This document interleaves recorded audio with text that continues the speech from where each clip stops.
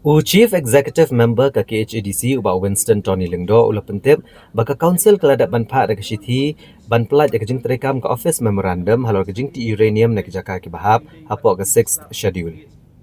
Haba kera ni kelak patai kubor uba Winston Tony Lingdo ulong baka Council kaliok ban pediang ya ke Office Memorandum belapa da ke Office jangka Sarkar India haka praterik unai luar arajar arpusan.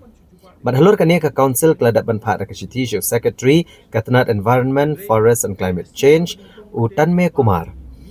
ban penpawe kejing persya kebajur. Laban kedau hang ni bahag kapratrik unai luar arhajar arpusan Katanat Environment, Forest and Climate Change ke Sarkar Pedang kalapan mi ek Office Memorandum ke bakadau ba om dan kam syuk ban penlong ya ke public hearing ada dan kam ban ti ya uranium na kanu ke jaka hakari.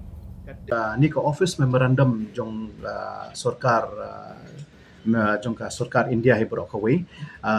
ngiru ngila yo man pediang haka praterik u September 2000 haka beidei bat kani ka jingti uranium nani ka OM ka baka pha kani ka sarkar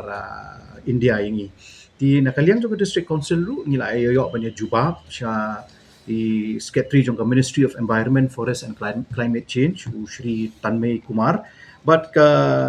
jing kerpat ke jungi nakanika ministry kalong baik kumba julong inline bat ka party ru bangi persya kini jing ti uranium ban nakaliang jong ka district council ru ka jing kerpat ke jungi ka deiba kum si benta ban penek pensa ya ki jaka ki puta ki jongi lani ya ka riti ka dustur bat ya ka kwait ka khia hamtam kini ki rewrite bat kini ki rikenti ki jongi ka beidei bat ka 6 schedule area ni na ka district council bat ka isi ka bat mai ru ngila pha kini ka shithi shaka ministry concern ba na kaliang jong ka district council ru ka pan ya ka ban exam ya kani ka jingti uranium na kani ka OM ka ba ngila mention ka pratarik September 2000